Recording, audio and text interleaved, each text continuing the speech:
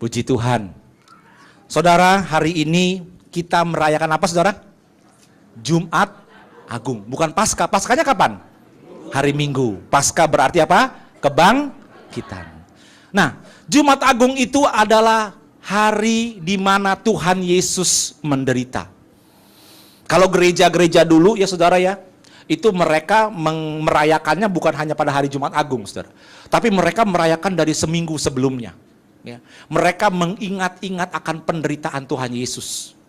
Ya, ada yang berpuasa, ada yang tidak mau melakukan hal-hal yang mewah-mewah, mengingat penderitaan, saudara. Jadi Jumat Agung ini adalah mengingatkan kita bahwa Yesus itu benar-benar mati di kayu salib. Amin, saudara. Amin. Kalau Yesus nggak mati, dia bangkit nggak, saudara? Enggak, ya. Jadi Jumat Agung ini kita memperingati bahwa Yesus benar-benar mati di kayu salib. Ya. Jadi banyak orang berkata Yesus nggak mati. Ada yang bilang pergi ke India, ada yang bilang pergi ke Ethiopia. Saya nggak tahu. Mungkin ada yang bilang juga pergi ke Australia kali, mungkin gitu. Tapi kenyataannya tidak, saudara. Yesus mati.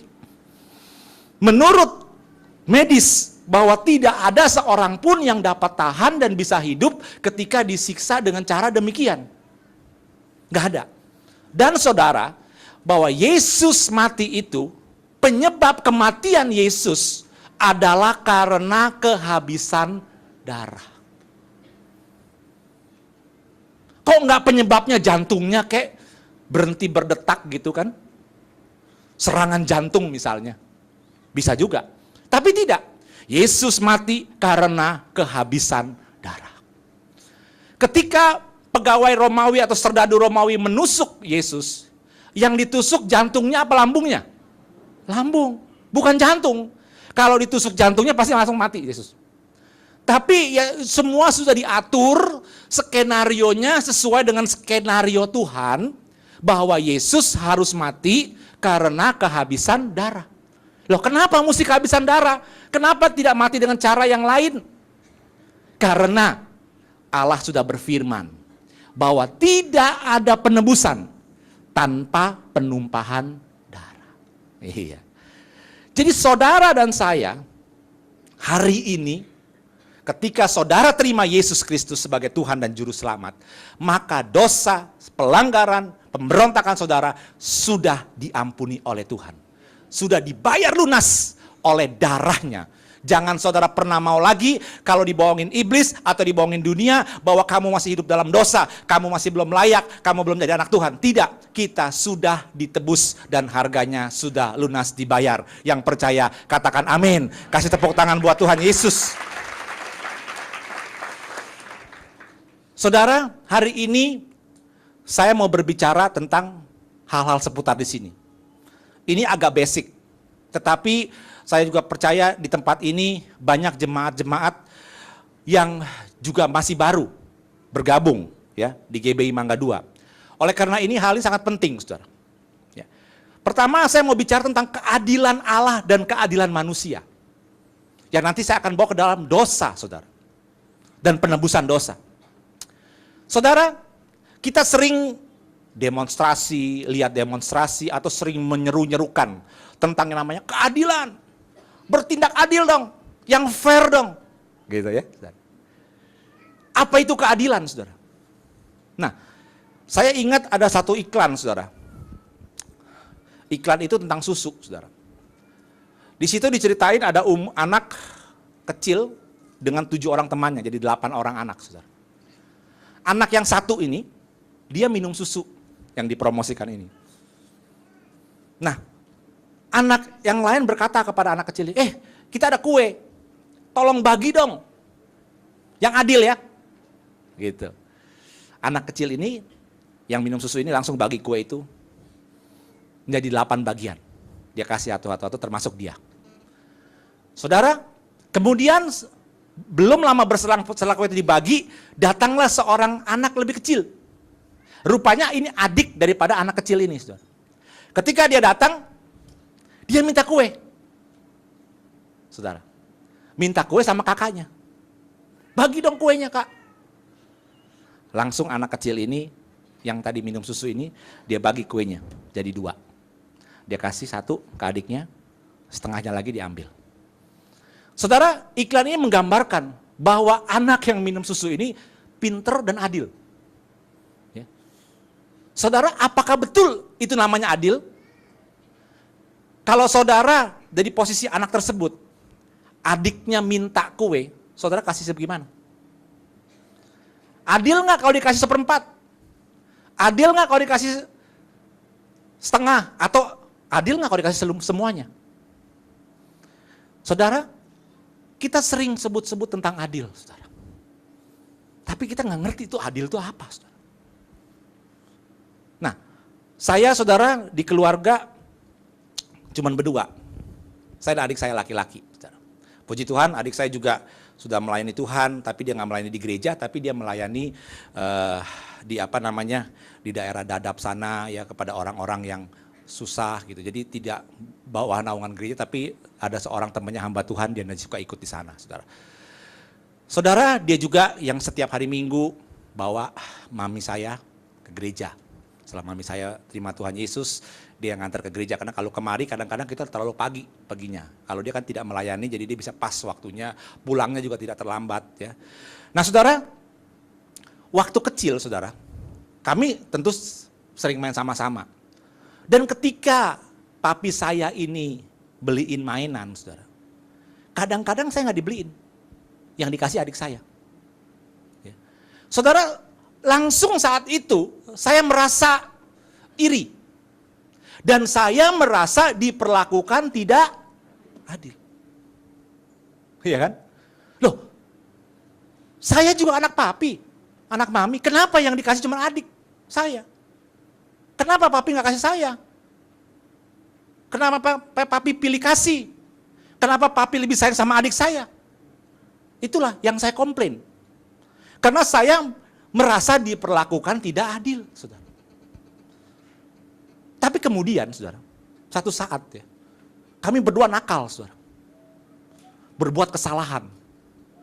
Yang aneh, yang dipukul adik saya. Saya nggak dipapain. Tapi herannya, saat itu saya nggak berteriak tidak adil. Loh, bener nggak? Kenapa papi nggak pukul saya? Cuman pukul adik saya. Ada yang bilang ngomong gitu nggak? Kita merasa, oh adil, nggak masalah ini mah. Yang dipukul adik saya, rasain loh. Ya kita bilang kan. Kita nggak berteriak tidak adil, saudara. Kita berteriak diam-diam aja. Ya. Saudara, saya nggak pernah diajarin sama papa saya atau papi saya tentang apa itu keadilan. Yupo, ini keadilan adalah, misalnya nggak ada. Tapi kenapa dari kecil kita bisa merasakan yang namanya tidak adil? Dan kita bawa sampai dewasa, saudara. Ya. Saya yakin keadilan itu sudah ditanamkan oleh Tuhan. Tetapi permasalahannya, kita berkata bahwa itu adil kalau itu menguntungkan siapa? Kita. Amin atau amin? Ya, amin pasti. Betul nggak? Saudara, saya percaya di sini banyak yang terima berkat Tuhan, amin. Banyak yang terima mujizat, amin. Di sini saya nggak lihat Pak Lecon ya, nah, istrinya. Saya nggak pernah dengar tuh ada orang yang terima mujizat. Kenapa saya Tuhan yang terima mujizat? Kenapa yang nggak lain, yang lain nggak? Tapi herannya kalau lagi sakit, kalau lagi dalam masalah, berteriaknya gimana? Kenapa saya Tuhan? Tuhan tidak adil. Lah sekarang jadi adil itu apa dong? Ya. Nah saudara, di dalam hidup sehari-hari, kita bisa lihat tentang keadilan atau kefairan itu yang paling menonjol itu di soal duit, soal dagang, soal jual beli. Kan yang namanya jual beli itu adalah pertukaran transaksi antara pedagang dan pembeli dan penjual. Betul nggak? Yang sifatnya apa saudara?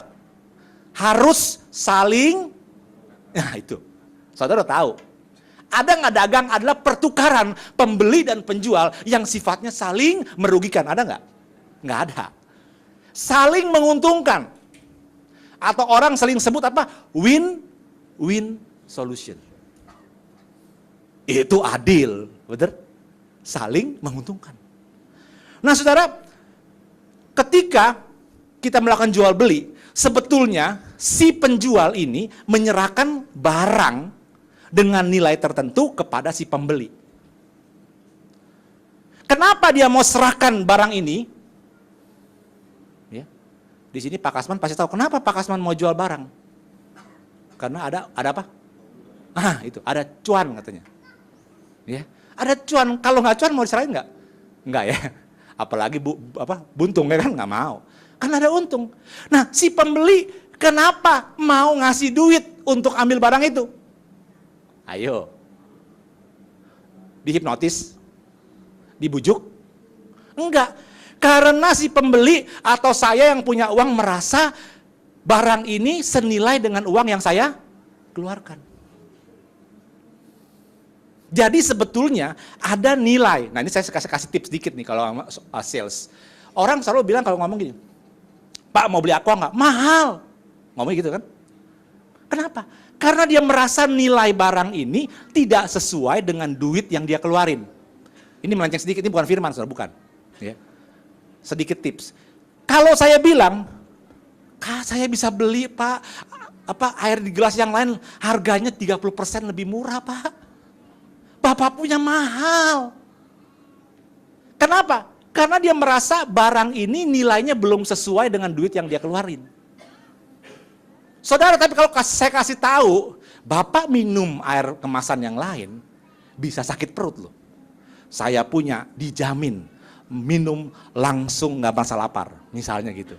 Pasti nggak merasa haus, udah pasti saudara kalau minum nggak merasa haus. Ya. Saudara tahu di dalam air kemasan ini ada vitamin C yang bisa menyembuhkan berbagai macam penyakit. Kalau saudara beli aja obat-obat atau vitamin-vitamin yang ada dalam kandungan air ini, saudara akan keluarin 2 kali lipat dari harga air ini. Setelah dikasih tahu begitu, barulah, oh iya, kalau begitu harga air Bapak nggak mahal. Saya beli deh. Betul nggak? Kenapa orang beli mobil mewah, misalnya Mercedes-Benz, BMW, atau Jaguar, kenapa? Padahal dia bayar 2 kali lipat lebih mahal dari mobil-mobil merek lain. Padahal rodanya sama-sama 4, sama-sama punya rem, sama-sama punya bangku, sama-sama mesinnya 3000 cc atau 2000 cc, sama-sama ber-AC, sama-sama bisa jalan 150 km per jam, lebih dari itu juga mungkin nggak bisa, jalanannya nggak ada di sini. Ya kan? Percuma saudara punya Ferrari yang sekecang bisa 250, jalannya di mana? Orang jalan stop go begitu kok. Iya kan? Lah, saudara kenapa beli yang mungkin harganya semiliar, sementara mobil lain yang sama harga cuma 500 juta?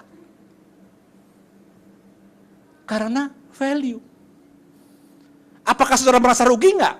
Beli mobil yang 1 miliar, sementara yang lain cuma ada harga 500 juta? Enggak kan? Enggak merasa rugi kan? Bayar. Karena nilai. Ya. Nah jadi saudara, yang namanya adil itu adalah kalau sesuatu itu menguntungkan diri saya. Atau paling tidak okelah menguntungkan juga orang lain. Nggak apa-apa. Itu namanya adil. Kenapa orang demo minta keadilan? Mau bikin dong hukum-hukum, bikin dong regulasi yang adil. Kenapa mereka menuntut demikian? Karena mereka takut kehilangan haknya. Betul nggak? Kenapa saudara nuntut? Wah nggak bisa dong, mesti dilindungin. Konsumen mesti dilindungin, tidak di barang-barang palsu. Ya. Kalau di luar negeri, saudara, di Amerika, di Eropa, di Australia, gitu saudara ya, di orang tempat-tempat yang maju, di Jepang. Kalau kita jalan, saudara, di jalan itu ada lobang yang ukurannya lebih besar dari yang sudah ditentukan, itu saudara bisa klaim kepada pemerintah. Kalau saudara sampai gara-gara giles lobang itu, saudara punya pelek bengkok, saudara jatuh, atau saudara jadi rusak, saudara berhak minta ganti. Di sini saudara, jangan lubang ukuran 10 cm. Sebesar mobil pun nggak ada masalah sini. Masuk sama mobil-mobil juga nggak masalah. Minta ganti sama siapa? Paling sama asuransi. Saudara. Di sono, dilindungin saudara. Kenapa dilindungin? Supaya tidak merugikan masyarakat. Supaya masyarakat itu menerima keuntungan dari peraturan tersebut. Betul nggak? Ada nggak yang mau demo bikin peraturan merugikan masyarakat? Demo, ayo pemerintah, ayo naikin pajak tolong, naikin pajak. Ini kekecilan pajaknya. Ada yang demo begitu? Nggak ada. Turunin pajak adanya. Kenapa? Karena menguntungkan kan? Begitu pemerintah, ya saya turutin. Saya turunin pajak. Wah, ini baru pemerintah yang adil. Betul nggak? Loh, adilnya itu karena saudara dan saya itu merasa diuntungkan oleh yang namanya peraturan tersebut. Satu lagi contoh ya. Di sini pasti banyak yang kerja kan ya. Kalau yang kerja ini saya mau tanya nih jujur aja deh. Setiap tahun apa sih yang diharapin? THR 1, 2, ketiga. Nah itu ada yang bilang naik pangkat itu jujur tuh. Naik pangkatnya mau, saya naikin pangkatnya tinggi-tinggi tapi gajinya saya nggak naikin. Nggak mau ya. Jadi ya dapat bonus, dapat THR, naik pangkat dan juga jangan lupa tiap tahun kalau bisa naik gaji. Kalau perusahaan tidak menaikkan gaji, tidak memberikan bonus, saudara berkata perusahaan itu tidak fair. Betul? Tidak adil. Adil untuk siapa saya bertanya? Pertanyaannya gini, saya bukan ngajarin para pengusaha untuk tidak naikin gaji, bukan saudara. Ini saya cuma ngomong. Kalau saudara menuntut naik gaji, coba pikir gini, apakah di tahun yang saya udah lalui ini, kerja saya lebih banyak dari tahun sebelumnya? Kerja saya lebih efisien dari tahun sebelumnya? Kerja saya lebih smart dari tahun sebelumnya? Saya menghasilkan lebih dari tahun sebelumnya? Kalau itu, wajar lah ya kan? Perusahaan nikmatin kok. Tapi kalau tahun ini kita kerja lebih males, lebih banyak madolnya, lebih banyak mangkirnya di perusahaan, lebih banyak ngeluarin ongkos perusahaan gara-gara kita. Karena kita kerja nggak efisien. Lah, adil apa enggak ya kita minta naik gaji coba? Ya. Jadi saudara, ini saya mau ajarkan bahwa sebetulnya yang namanya keadilan manusia itu adalah ketika manusia merasa sesuatu itu menguntungkan dirinya sendiri. Atau paling tidak menguntungkan orang lain. Sama-sama untung, itu adil lah. Ya. Makanya nggak pernah ada deal yang namanya lose-lose solution, nggak ada. Yang ada win-win solution. Jeremy Bentham tuh pernah ngomong 2 tahun yang lalu. Kenapa manusia itu melakukan hal seperti ini? Karena dia bilang manusia itu didorong oleh 2 kekuatan. Kekuatan yang pertama namanya kenikmatan, kekuatan yang kedua namanya kesakitan. Nah, kalau kenikmatan itu akan menyebabkan orang mendekat. Orang merasa nyaman, tapi kesakitan akan membuat orang menjauh. Keuntungan, keadilan adalah sebetulnya kenikmatan. Kita berjuang mati-matian untuk membela hak kita. Ya, makanya maju tak gentar membela yang bayar. Bukan, yang benar, Saudara, ya. Saudara, jadi kita itu merasa nikmat kalau kita menerima untung pribadi. Kalau saudara punya duit misalnya 5 juta, saudara pergi ke toko handphone, misalnya mau beli BlackBerry dah gitu. Saudara tiba di toko handphone 5 juta, dikasih Gemini. Saudara mau nggak? Tahu saudara berarti ya harga pasaran handphone. Pinter. Minimal saudara minta Onyx 2 atau kalau nggak Torch gitu kan. Kalau dikasih Gemini nggak mau. Kenapa nggak mau? Karena nggak adil dong, duit saya 5 juta. Atau tepatnya bukan ngomongnya nggak adil. Lu ngerugiin gue. Ya, itu yang namanya keadilan manusia. Jadi keadilan manusia hanya ditujukan untuk diri pribadinya sendiri. Nah sekarang keadilan Allah. Allah itu adil nggak saudara? Adil. Kalau Allah adil, adilnya Allah itu aneh saudara. Benar. Tadi kita sudah tahu, saudara dan saya ada di tempat ini memperingati Hari Raya Jumat Agung. Jumat Agung artinya apa saudara? Kematian Yesus di kayu. Untuk siapa? Untuk saya dan saudara. Loh, kenapa Yesus mesti mati di kayu salib? Supaya dosa kita Yang salah siapa? Yesus apa kita saudara? Yang salah kita. Kalau saya ngomong begini, kita ini salah. Kita harus terima hukuman, itu adil nggak menurut manusia? Adil tuh. Orang salah ya terima hukuman dong. Berani berbuat, berani bertanggung jawab. Kalau salah ya mesti terima hukuman. Itu baru adil. Tetapi ini Tuhan aneh. Tuhan itu adil ketika kita yang salah, yang dihukum siapa? Yesus. Menurut manusia ini nggak masuk akal. Atau hovlok gitu namanya. Bego ini kok mau sih orang yang salah saya kok yang mati harus dia. Ini nggak adil. Jadi kalau keadilan Allah, namanya Allah itu adil, Allah itu selalu berada di pihak yang dirugikan. Tadi kan saya bilang, nggak ada tuh yang pernah berdoa kalau dapat mujizat, kenapa saya yang dapat Tuhan? Orang lain masih banyak yang butuh dari saya. Kok Tuhan kasih saya sih mujizatnya? Saya kembaliin deh Tuhan. Ada nggak yang ngomong gitu? Dapat berkat tiba-tiba, bas, 100 juta rupiah. Apa-apaan nih Tuhan? Saya nggak berbuat apa-apa, balikin, saya nggak mau. Berani kan gitu. Tuhan bilang, wih ini anak luar biasa, besok gua kasih 1 miliar katanya ya kan. Nggak ada saudara yang ngomong gitu. Tapi ketika kita merasa tidak nyaman, dalam masalah, kita selalu bilang sama Tuhan, Tuhan tidak adil. Kenapa tetangga saya diberkati, saya menerima kesengsaraan? Kenapa tetangga saya rumahnya luput, rumah saya kebakaran misalnya saudara. Nah, keadilan Tuhan itu tidak adil menurut manusia. Tapi itu yang namanya keadilan Tuhan. Tuhan adil, Tuhan tukerin anaknya yang satu-satu Yesus Kristus untuk saudara dan saya. Ditukernya sama apa? Sama saudara dan saya. Siapa yang menjamin saudara dan saya ini pasti tidak mengecewakan Tuhan? Ada yang berani ngomong gitu? Saya pasti Tuhan tidak mengecewakan. Ada yang berani? Nggak ada. Sekalipun saya, sekalipun hamba Tuhan, dia pasti pernah bahkan sering mengecewakan Tuhan. Tuhan tahu nggak ini? Tahu. Kok tahu masih mau ditukar sih? Tahu bahwa kita ini pasti mengecewakan dia. Sering deh pasti mengecewakan Tuhan. Kok mau dibeli? Kok mau ditukar gitu? Jawabannya apa saudara? Buka Yohanes 3 ayat 16. Ayo.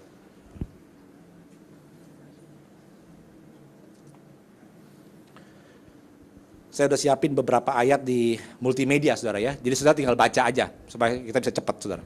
Ya. Nah Yohanes 3 kita baca sama-sama yuk. 1, 2, 3.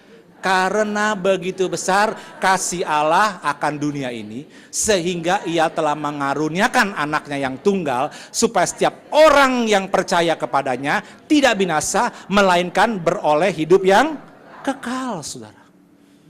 Saudara, kenapa Tuhan harus mati di kayu salib? Ada satu sebab yang harus kita tuh dibeli. Bukan karena kitanya, bukan loh. Bukan karena kita ini pinter atau bodoh atau disayang, enggak. Tapi karena ada yang namanya dosa. Jadi Tuhan itu begitu sayang sama saudara dan saya. Sehingga sekalipun kata manusia itu tidak adil, Tuhan lakukan. Nah, yang ditebus itu apanya saudara? Dosanya. Mungkin ada saudara bilang, enak aja Bapak. Pak, saya keturunan baik-baik nih Pak. Bukan pendosa. Saya nggak perlu ditebus. Kenapa saya mesti terima Tuhan Yesus? Kenapa saya mesti perlu juru selamat? Orang saya nggak berdosa. Saya nggak pernah bohong Pak. saya nggak pernah nipu orang, dan sering itu kita dengar kalau kita nginjilin orang seperti itu. Gue bukan orang jahat loh. Bapak gue pendeta loh. Gue nggak pernah nipu, nggak pernah gue jahat sama orang. Enak aja gue disebut pendosa, mesti terima Tuhan Yesus supaya diampuni dosanya. Dosa siapa? Nah, ini yang kita nggak tahu, saudara. Kenapa kita perlu ditebus? Kenapa Tuhan sampai mau mengasihi kita seperti itu?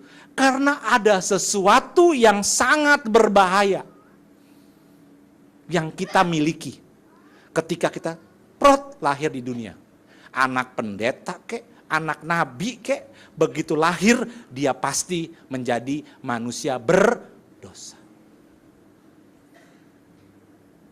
Sebabnya apa? Ada Roma 5 ayat 12. Coba ditayangkan. Iya. Kita baca sama-sama yuk. 1, 2, 3. Sebab itu, sama seperti dosa telah masuk ke dalam dunia oleh satu orang, dan oleh dosa itu juga maut. Demikianlah maut itu telah menjalar kepada semua orang, karena semua orang telah, jangan ditunduk, biar ditayangin dulu.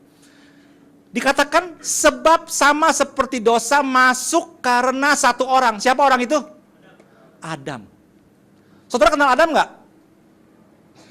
Ada yang kenal Adam? Oh nggak ada. Ada Adam tetangga saya yang kenal. Iya kan? Nggak ada yang kenal Adam. Apa-apaan tuh si Adam, gara-gara si Adam melakukan dosa 2000 tahun yang lalu kok saya jadi pendosa ikut-ikutan. Ini firman Tuhan berkata, karena dosa masuk karena satu orang, dan bersama dosa itu di dalam dosa ada campuran yang namanya maut. Masuk juga. Demikianlah maut itu menjalar kepada semua orang, karena semua orang telah berbuat dosa.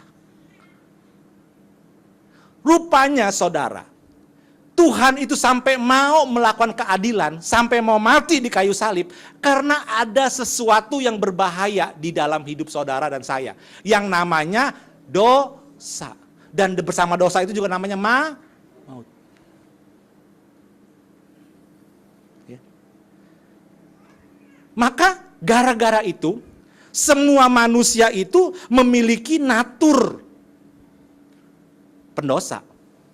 Coba ayat 18-nya kita lihat. Ya, kita baca sama-sama yuk. 1, 2, 3.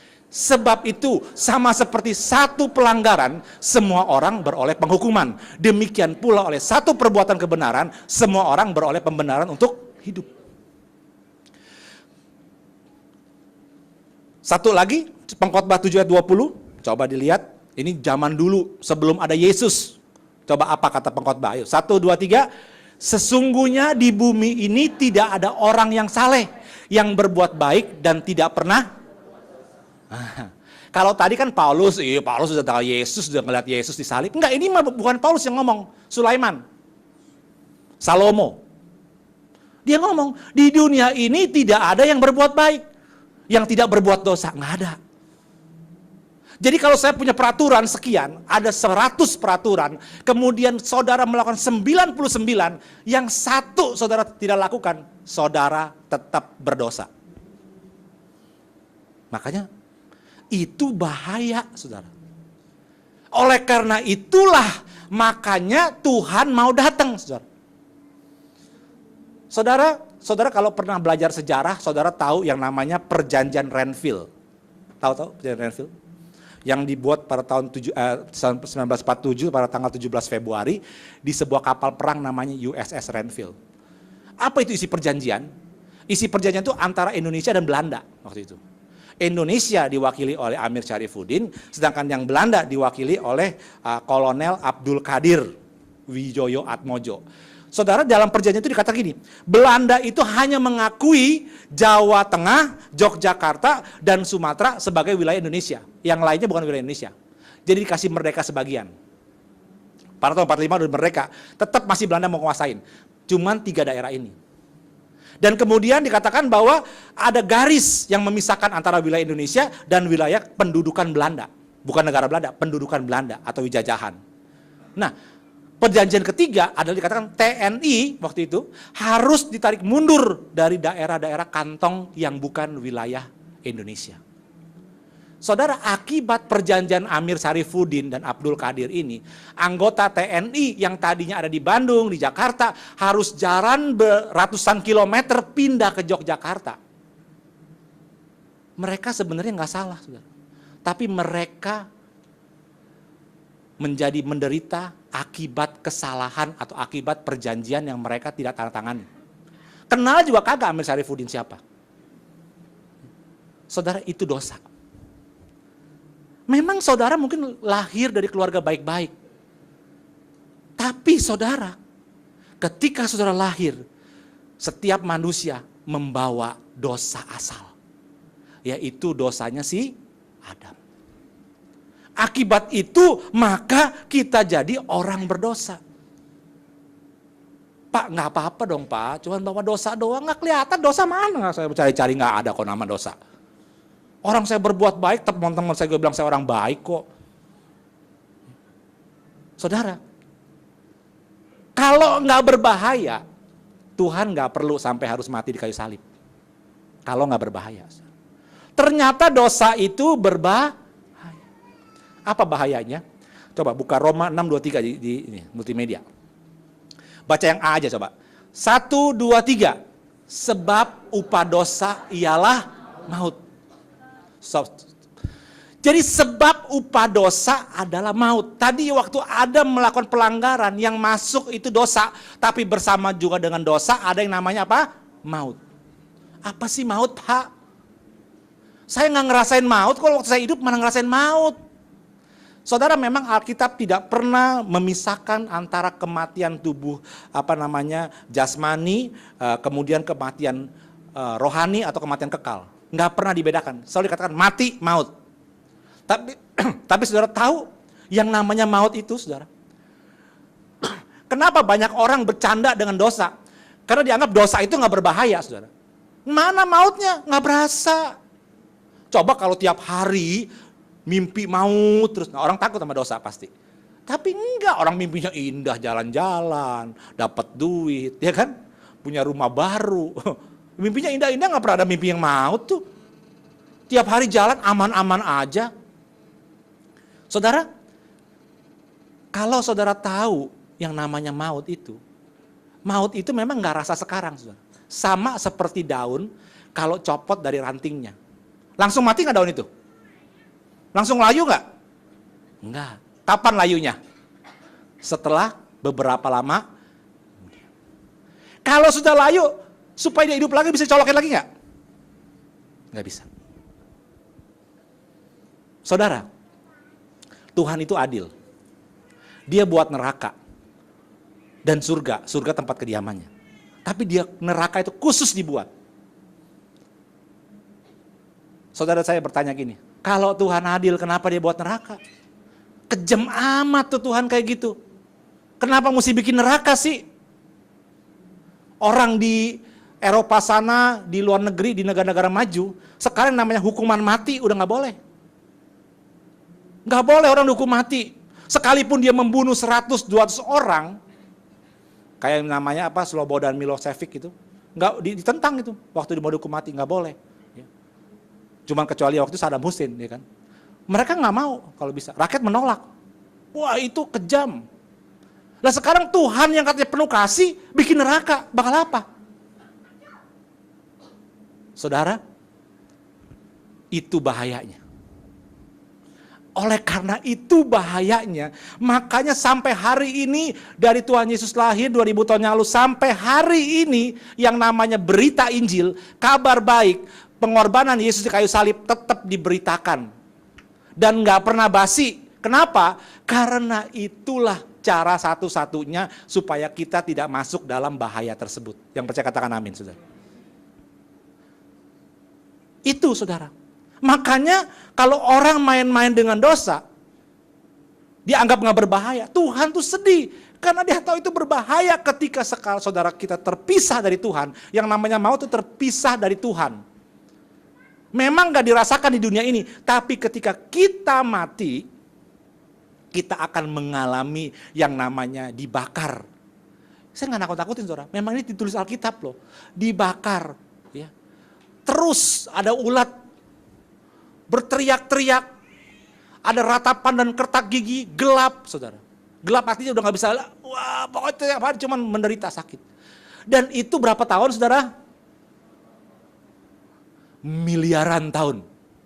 Saya nggak tahu udah menghitungnya begini, triliunan tahun. Artinya selama-lamanya. Kekal. Bahaya. Itu bahaya, saudara. Oleh karena itu, Tuhan Yesus itu datang.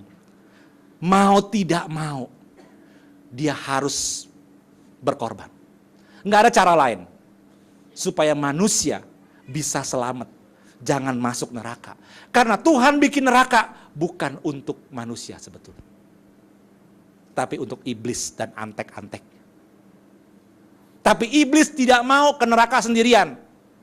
Dia mau ajak supaya bisa party di neraka. Rame-rame. Saudara mau ikut party silakan daftar. Bodoh namanya saudara. Ya. Iblis nggak mau sendirian. Nah, jadi saudara, oleh karena itu, manusia itu sangat berharga di mata Tuhan. Tuhan sangat sayang sama manusia. Mau tidak mau, dia harus turun. Dia harus korbankan dirinya. Ya. Dulu manusia bisa dihapus dosanya waktu ada hukum Taurat dengan domba. Korbanin domba tak bercela. Darahnya itu menghapus dosa. Setahun sekali. Tapi tiap tahun mesti datang ke kemah pertemuan ngapusin dosa. Sekarang nggak perlu lagi. Tuhan tahu, pencipta kita tahu bahwa kita tidak akan mampu melakukan hukum Taurat. Hukum-hukumnya Tuhan. Saya sering bilang kalau saudara bisa melakukan hukum Taurat, kita nggak perlu Yesus, selamat. Tapi tidak ada yang bisa melakukan hukum Taurat. Nggak ada. Berat banget, saudara. Karena manusia naturnya itu pendosa. Di dalam manusia itu sudah ada yang namanya benih-benih dosa. Coba di multimedia tolong yang Roma 1 ayat 2931. Nah coba kita baca nih ya. Yuk 1, 2, 3. Penuh dengan rupa-rupa kelaliman, kejahatan, keserakahan, dan kebusukan. Penuh dengan dengki, pembunuhan, perselisihan, tipu muslihat, kefasikan, lanjut. Mereka adalah pengumpat, pemfitnah, pembenci Allah, kurang ajar, congkak, sombong, pandai dalam kejahatan, tidak taat pada orang tua, lanjut 31, tak berakal, tak setia, tidak penyayang, tidak mengenal. Itu natur pendosa di dalam kita itu ada itu. Oleh karena ada itu kita nggak bisa akan melakukan hukum Taurat. Dan Tuhan tahu kita nggak mampu. Oleh karena itu yang melakukan, yang menanggung akibat dosa hukum Taurat adalah Tuhan Yesus. Kita nggak mampu lakukan. Masalahnya bukan melakukan nggak melakukan. Kalau kita tidak melakukan, kita berdosa. Tuhan bilang gini, oke. Pokoknya semua dosa hukum Taurat saya yang tanggung. Jadi saudara ini istilahnya gini, hukum Taurat tetap ada. Hukum Tauratnya tidak pernah dihilangin loh, tetap ada. Tetapi ketika saudara tidak mampu melakukan hukum Taurat, saudara tidak lagi dihukum. Ya. Karena hukumannya sudah ditanggung oleh Yesus. Yang mengerti katakan amin. Ya. Untuk itulah Tuhan datang pada kita. Dia sangat mengasihi saudara saya. Ya. Saudara, oleh karena itu mari, kalau kita tahu Tuhan itu sangat concern dengan dosa kita. Mari kita jangan main-main dengan Tuhan. Juga jangan main-main dengan dosa. Iblis itu kalau menarik anak-anak Tuhan supaya keluar, itu dia tidak langsung menarik. Enggak. Pelan-pelan dengan berbagai masalah-masalah kecil, segala macam ya, dijauhkan dari gereja dulu, dijauhkan dari teman-teman seiman yang mendukung, yang suka mendoakan, dijauhkan sehingga sendiri digabungin dengan orang-orang yang gak kenal Tuhan, pendosa-pendosa yang lain, lama-lama jadi pendosa. Begitu caranya saudara. Ya. Makanya hati-hati, harus sungguh-sungguh sama Tuhan. Ya. Nah ketika saudara sudah ditebus oleh Tuhan, ya, maka ada satu hal yang kita sangat sukai. Coba Roma 8 ayat 1. Meli.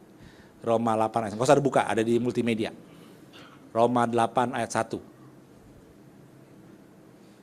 Yang paling akhir tuh. Kalau nggak ada kita buka nih. Ah, itu dia. Oke. Kita baca sama-sama dengan suara keras yuk. 1, 2, 3. Demikianlah sekarang tidak ada penghukuman bagi mereka yang ada di dalam. Katakan amin. Beri tepuk tangan bagi Tuhan Yesus. Saudara dan saya tidak akan lagi dihukum oleh Tuhan. Katakan amin, saudara. Ya. Jadi jangan mau dibohongin, ya. Dosa lu, dihukum lu sama Tuhan. Kasih lihat ayat Roma 8 ayat 1. Tidak ada lagi penghukuman bagi orang yang berada di dalam Kristus Yesus. Luar biasa ya Tuhan kita. Ya. Dia sayang banget sama kita. Dia tidak mau main-main karena dia tahu dia nggak pengen neraka itu diisi oleh manusia. Oleh karena itu selalu yang Tuhan cari cuman jiwa-jiwa. Jiwa-jiwa. Tuhan suruh hamba-hambanya. Tuhan kasih mujizat. Kenapa? Supaya menjangkau jiwa-jiwa. Tuhan kasih berkat yang berlimpah-limpah. Kasih orang makan. Orang susah. Dipelihara. Kenapa? Jiwa-jiwa. Supaya jangan sampai masuk ke dalam neraka yang diciptakan untuk iblis sebetulnya. Itu Tuhan kita, saudara. Jadi hari ini kita ngerti. Kenapa kita perlu ditebus. Ya. Saya percaya. Supaya hari ini kita betul-betul ngerti bahwa bagi kita yang sudah ada di dalam Yesus Kristus. Murka Allah tidak lagi terjadi atas kita. Yang ada cuma damai sejahtera dengan Bapa di surga. Hubungan kita dengan Bapa mulus kembali. Bisa ngomong, bisa panggil Bapa. Mau panggil Papa, mau panggil Papi, mau panggil Babe, mau panggil Aba, terserah. Ya. Jangan panggil Om, enggak. Enggak Om. Babe. Dekat sekali. Ya. Jadi saudara, hari ini kita bersuka cita. Ya. Karena Yesus Kristus yang sudah menebus dosa kita. Dan kita dimerdekakan dari maut. Bagian kita bukan neraka, tapi hidup bersama-sama dengan Tuhan di surga. Yang percaya katakan amin. Kita kasih tepuk tangan buat Tuhan Yesus. Mari saya undang pemusik. Silakan kita siapkan hati kita untuk perjamuan kudus ini.